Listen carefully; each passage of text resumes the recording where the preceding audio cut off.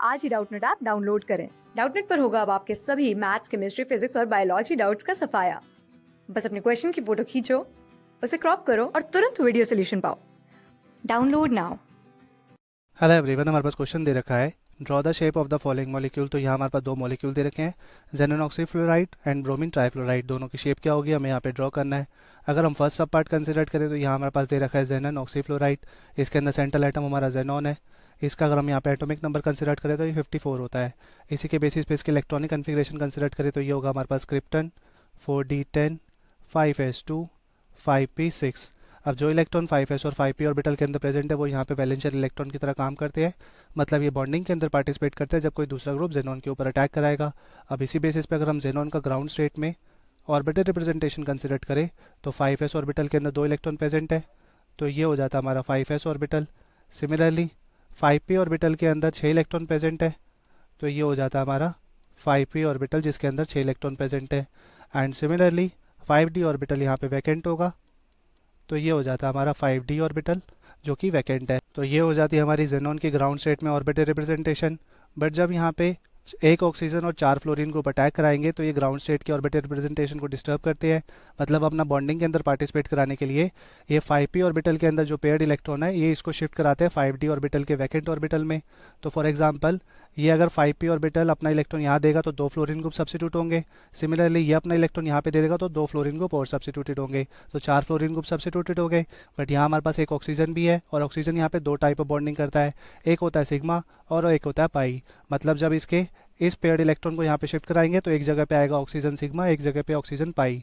और सिर्फ हम यहाँ पे ऑक्सीजन के सिग्मा ऑर्बिटल को इन्वॉल्व कराते हैं हाइब्रिडाइजेशन के अंदर, ना कि पाई। तो इसी बेसिस पे हम हाइब्रिडाइजेशन निकालेंगे इस कॉम्प्लेक्स की।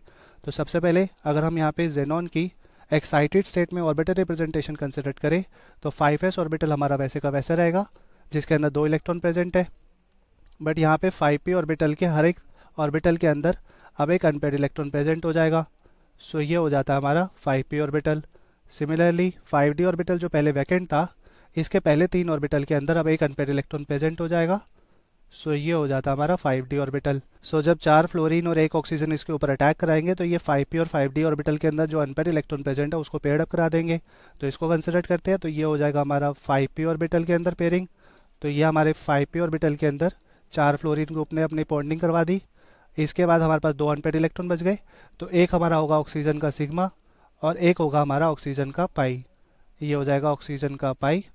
सो ओवरऑल अगर हम जेनॉन ऑक्सीफ्लोराइड की हाइब्रिडाइजेशन कंसिडर करें तो इसके अंदर ये sp3d2 इन्वॉल्व हो रहा है, क्योंकि हम ऑक्सीजन के पाई को इन्वॉल्व नहीं करवाते हाइब्रिडाइजेशन के अंदर। तो यहाँ पे हाइब्रिडाइजेशन आ जाती है हमारे पास sp3d2। इसी के बेसिस पे इसकी ज्योमेट्री यहाँ पे हो जाएगी ऑक्टाहेड्रल, ऑक्टाहेड्रल। बट लेकिन इसमें हमारा ये 5s ऑर्बिटल के अंदर जो पेयर्ड इलेक्ट्रॉन प्रेजेंट है वो यहाँ पे बॉन्डिंग के अंदर पार्टिसिपेट नहीं करता। इस वजह से ये ज्योमेट्री डिस्टॉर्ट हो जाती है और शेप हमारे पास यहाँ पे बन जाती है स्क्वायर पिरामिडल, स्क्वायर पिरामिडल। इसी बेसिस पे जेनॉन ऑक्सीफ्लोराइड की अगर हम यहाँ पे शेप कंसिडर करें तो ये होगा हमारा जेनॉन, 4 फ्लोरीन ग्रुप्स साइड में सब्सिट्यूटेड हो जाएंगे, ये 4 फ्लोरीन ग्रुप और बीच में आएगा डबल बॉन्ड ऑक्सीजन और जेनॉन के ऊपर एक lone pair of electron present जो कि ये 5s ऑर्बिटल के अंदर प्रेजेंट था। तो शेप हो जाती है जेनॉन ऑक्सीफ्लोराइड की स्क्वायर पिरामिडल। इसी बेसिस पे अगर हम नेक्स्ट सब पार्ट कंसिडर करें जो कि है ब्रोमीन ट्राइफ्लोराइड, तो ब्रोमीन ट्राइफ्लोराइड के अंदर हमारा जो यहाँ पे सेंट्रल एटम होगा वो ब्रोमीन हो जाएगा। इसी बेसिस पे इसका अगर हम यहाँ पे एटॉमिक नंबर कंसिडर करें तो ये होता है 35। इसके बेसिस पे इसके इलेक्ट्रॉनिक कन्फिग्रेशन कंसिडर करें तो ये होगा हमारे पास आर्गन 3d10 4s2 4p5। अब जो इलेक्ट्रॉन 4s और 4p ऑर्बिटल के अंदर प्रेजेंट है वो यहाँ पे वैलेंशियल इलेक्ट्रॉन की तरह काम करते हैं, मतलब ये बॉन्डिंग के अंदर पार्टिसिपेट करेंगे जब कोई दूसरा ग्रुप अटैक कराएगा।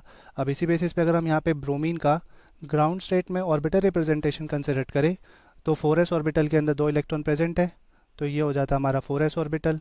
सिमिलरली 4p ऑर्बिटल के अंदर यहाँ पे 5 इलेक्ट्रॉन प्रेजेंट है, तो ये होगा हमारा 4p ऑर्बिटल जिसके अंदर 5 इलेक्ट्रॉन प्रेजेंट है, एक अनपेयर्ड इलेक्ट्रॉन प्रेजेंट होगा और साथ में ये 4d ऑर्बिटल इस समय वैकेंट होगा।